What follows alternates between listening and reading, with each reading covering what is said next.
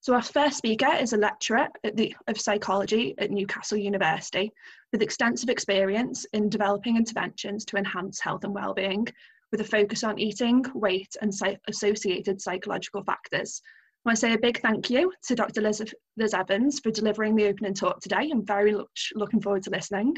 And again, remember to submit your questions using the link below. Over to you.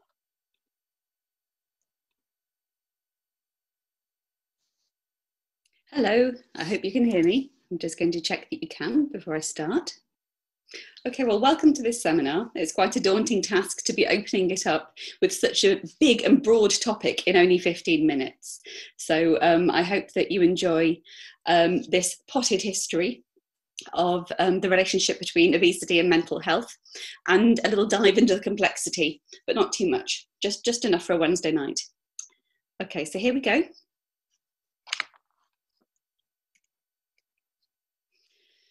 So the purpose of this talk is to briefly summarise key aspects of the complex relationship between obesity and mental health, because both obesity and mental health problems represent very significant global public health concerns. They are burdens on the economy, burdens on health services, and most importantly, burdens on individuals.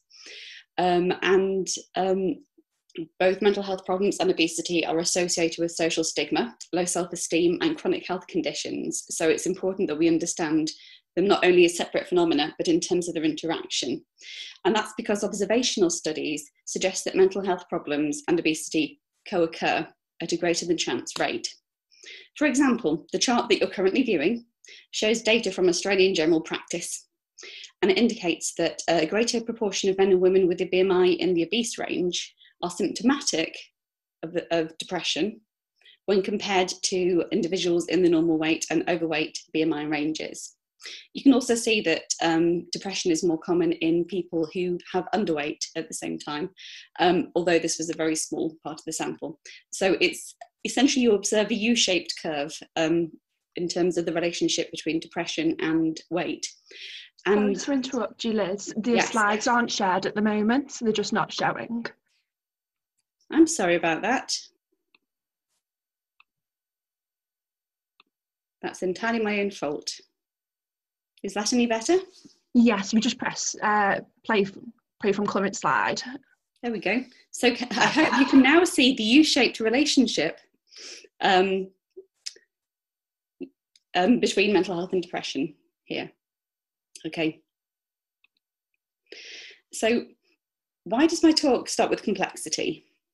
You might say, well, these things occur together, but I can think of logical and commonsensical reasons for that. Why is it something that's sort of mired in complexity? Well, there's several reasons. And it's not straightforward, the relationship, and there's a lot that we don't know. I should probably caveat it with that too.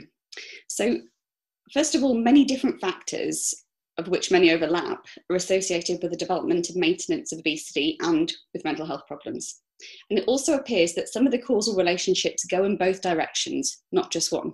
We'll look at more of that shortly. Some groups of people seem to be more prone to developing mental health problems in obesity than others. But these groups aren't always consistent between different categories of mental health problem. And some mental health problems, particularly depression, have been studied a great deal, whilst others really haven't. Often studies are focused on people who are seeking treatment for either a mental health problem or for obesity, which means that these people, although important to help and understand, aren't necessarily representative of the general population who perhaps wouldn't have sought help. And finally, research is really focused on pathological aspects of mental health, not aspects of mental well-being and positive elements of mental health. So, as I mentioned before, the evidence base behind obesity is probably the strongest one that we've got, basically due to a sheer volume of studies that have been done in the past. So, bidirectionality. There's good evidence to support the idea that people with obesity are more likely to develop depression, but also that people who have depression are more likely to develop obesity. And these data I'm showing you are based on a summary of longitudinal studies. And there are fewer longitudinal studies of the diagnostic categories. Now, obviously, we do need longitudinal studies, not cross-sectional ones, because with longitudinal methodologies, you can see whether a factor precedes the outcome, whereas with a cross-sectional, you get a snapshot of associations, but not temporal causality. And evidence is suggestive of bidirectional relationships between anxiety disorders and obesity, and the same for bipolar disorders, but it's not conclusive. And only associations have been shown between obesity and personality disorders, and two of the main categories of eating disorder. And we can't say anything about whether this two-way relationship works. And it probably does differ for different disorders. And overall, although these alter ratios that we're looking at are showing an increased risk of mental disorders in people with obesity, the effect sizes are relatively small. However, of course, these are very common phenomena to experience. So even with small effect sizes, they can have really quite large effects as amplified over the population. Okay, so what increases the odds of people with obesity developing mental health problems? Okay, well, starting off with weight stigma, there's really good evidence to support the idea that people with obesity are more likely to develop depression. And part of that seems to be to do with weight stigma. And there's suggestive elements that stigma might also be involved in anxiety too. Weight stigma is experienced by a very large proportion of people who live with obesity. And it's associated with decreases in health-promoting behaviours, which include things like eating optimally and being physically active. And it's also associated with negative psychological consequences like low self-esteem, low mood, chronic stress. We know that weight stigma obviously very, very common, and so are these phenomena. And we also know that decreased health-promoting behaviours themselves are associated with these psychological consequences of low mood, low self-esteem. So there's a cycle sort of going on whereby weight stigma helps make other problems that are perhaps pre-existing slightly worse. And then that also can end up feeding into further weight stigmatisation and internalised weight bias. And there are physical consequences to all of this. Again, there's good evidence that experiencing weight stigma and experiencing the psychological consequences leads to things like systemic inflammation, neuroendocrine and metabolic changes, and also neurological changes in response to all of this. And obesity itself, of course, it's an inflammatory state, and those also feed into those changes. So if you bring together the psychological features and also the physical features that come out of this sequence of events, those raise the risk of mental health problems. So that's how we think obesity increases the risk of mental health problems developing. So what about the other way around? How do mental health problems increase the risk of obesity developing? Now, this is the one that most people, it's not as intuitive, but actually when you think about some of the mediating factors, it makes a lot of sense. An obvious one is medication side effects. And we know that for some psychotropic medications compared to others, there's more weight gain associated, but in all the different fields, there are drugs that are associated with increased appetite or metabolic changes, depending on what the mental health diagnosis is. We also know that receiving a mental health diagnosis is associated with reduced motivation and potentially over time a decrease in social support. And those factors contribute to changes in health behaviour too, which reduce levels of things like dietary intake, reduce physical activity. Medication side effects may also be influencing these eating and physical activity behaviours. And they may feed back in to exacerbate the effects of other mental health problems. Also related to medication and the mental health problems themselves are disruptions to the sleep-wake cycle and sort of functional impairment as a consequence of medication, but also as a consequence of living with mental health difficulty. And those themselves serve to exacerbate the mental health problem itself. And also we know that disrupted sleep-wake cycle and functional impairment themselves lead into obesity. So you've got these behavioural elements, you've got physical activity and eating, you've got psychopharmacological elements, the medication side effects, and then you've got sort of diurnal rhythm related things and functional impairment, all of which increase the odds that once you've received a mental health diagnosis, you'll then go on to develop obesity. So that's how that direction of the causality is intended to work. There's also shared causal risk factors. And This is not an exhaustive list of shared causal risk factors, but here's some really striking and interesting ones. So, for example, genetically, depression and BMI are both heavily genetically encoded. About 40% of the phenotypic variation, so the way someone presents, appears to be determined by additive genetic effects. But also, when it comes to the architecture, the polygenic architecture that underpins BMI and the polygenic architecture that underpins depression, there's a really quite distinct overlap. All that seems to suggest that some of the same elements of genes are determining both BMI and depression at the same time. Therefore, if someone is at higher risk of developing a higher BMI, they are also at higher risk of developing depression. We don't yet know if this is true of other mental health diagnoses, but hopefully that sort of information will be coming in further out of the genome-wide association studies that are currently going on.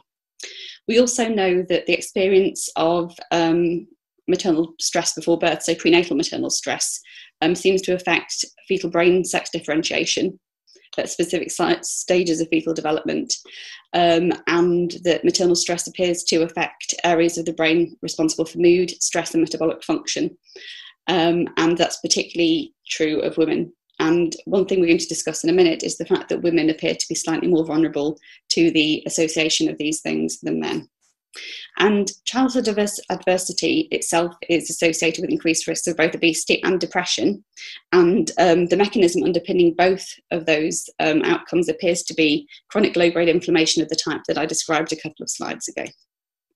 So all in all, we've got a complex relationship with biological, behavioural, social and mediators that all interact with each other and that raise the risks of both obesity and mental health problems somewhat reciprocally.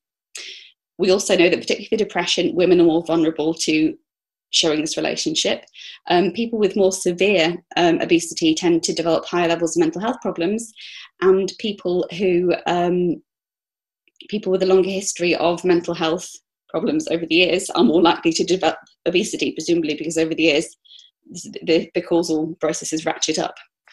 And there's a huge heap of other moderating factors, including socioeconomic status, that I don't have time to dig into, but hopefully somebody else might.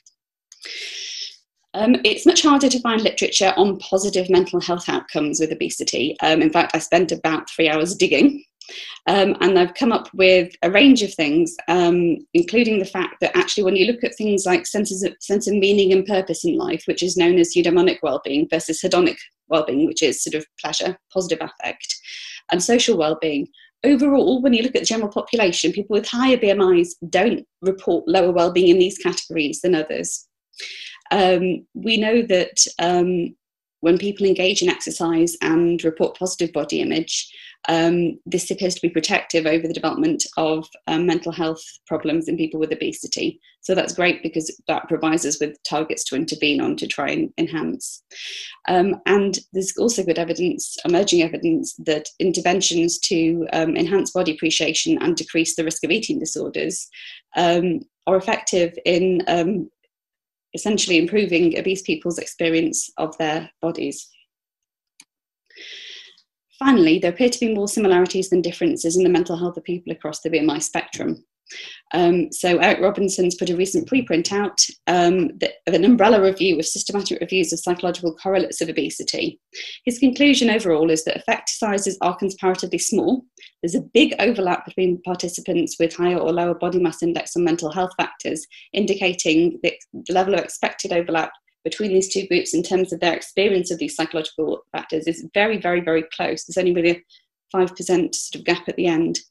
And there's a close to chance likelihood that if you took an individual, a randomly chosen individual with high BMI, it's very unlikely that they were any more probable to get a higher score on a mental health factor in terms of symptomatology or even diagnosis than someone who was of a lower BMI. So although this does affect a large number of people, it's something that we should be concerned about.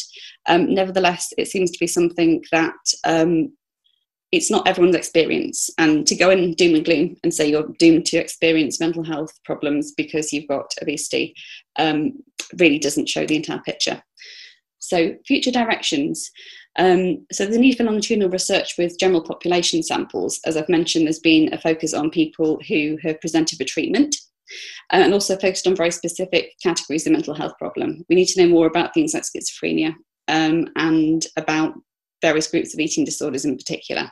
We need to know more about the role of mental wellbeing variables, so things like resilience to things, to various insults or risks that people face, who's doing well in this situation as well as who's struggling. And protective factors, as well as the psychopathological. We need to sort of move a bit beyond the biomedical model and think more holistically. And it is incredibly important, based on what we've seen, that the design of weight management interventions or weight management services explicitly considers participants' mental health needs and asks about them, because I know that that isn't always done. And there's many, many references. Thank you for listening.